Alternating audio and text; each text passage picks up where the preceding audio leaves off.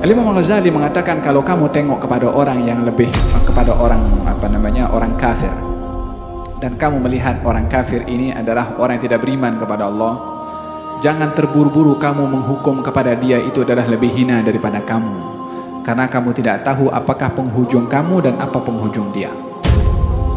Kalau penghujung dia itu baik, bukankah dalam hadis diceritakan tentang orang yang membunuh 99 orang, digenapkan menjadi 100 orang, lalu akhirnya bertaubat kepada Allah dan diterima taubatnya, walaupun belum sedikit amal yang dilakukan oleh orang tersebut, Allah terima dan masukkan syurga oleh Allah sebelum beramal apapun juga, baru niat, baru azam, baru kekuatan nak bertaubat.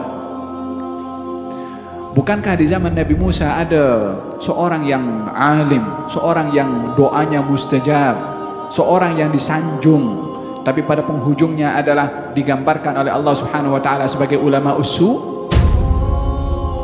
Sebenarnya As bin Ba'ura orangnya saleh, zahirnya penghujungnya adalah nasibnya tidak baik, wal iyadu billah.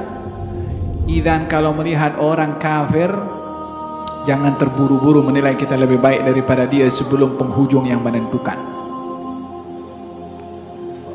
Saya tak tahu penghujung saya apa dan penghujung dia apa. Memang kita adalah membenci kepada kekufurannya, tapi bukan kepada individunya. Karena individunya kita tak tahu penghujung nasib orang itu macam mana.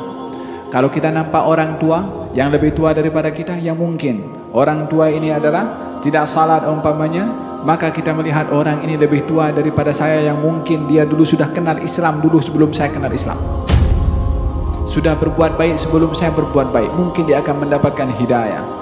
Kalau kepada orang yang lebih muda umpamanya, yang kita nak anggap dia lebih hina, kita lihat kita lebih dulu berbuat dosa sebelum dia berbuat dosa. Tengok sentiasa kekurangan diri dan kelebihan yang ada pada orang, maka baru kita akan melihat kalau diri kita itu memasuki pintu tawadhu. Tapi selagi masih kita mempertahankan kita punya ego, dan ini bukan perkara, ini ego, dia macam gunung yang kuat ada di kepala dan juga di dada setiap orang, yang setiap orang mau dihormati dan akan tercabar emosi marah kalau orang tidak hormat kepadanya. Fahim tom? Kata Abu Yazid Al-Bustami, orang itu dikatakan tawadhu kalau tengok dirinya tak ada nilai. Lepas tu bukan hanya itu saja, adalah melihat dirinya lebih hina, lebih rendah berbandingkan kepada orang lain. Kata baginda Rasulullah ketika mengajarkan tentang tawadhu, rubba ash'ath aghbar madfu' bil abwab law aqsam 'ala Allah la abarrah. Mungkin saja kamu tengok orang itu kusut masai, rambutnya entah macam mana, tapi kalau dia berdoa kepada Allah, doanya dikabulkan oleh Allah. Orang yang mungkin tidak kusut masai, pakaiannya rapi, mungkin pun pakai selendang juga, mungkin pakai serban juga, mungkin pakai kopiah juga, belum tentu itu adalah satu nilai kualiti di sisi Allah Subhanahu wa taala. Kenapa kita pula nak menghukum orang daripada segi zahirnya, pakaiannya? Mula bila Nabi mengajar kita menilai orang daripada segi pakaian?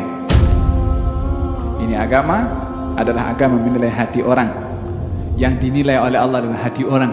Dan kita adalah berkonsepkan kepada agama ini tersebut tidak berhak menilai kedudukan seseorang daripada apa yang kita nampak. Sebab Nabi tak pernah menilai orang daripada apa yang dia nampak.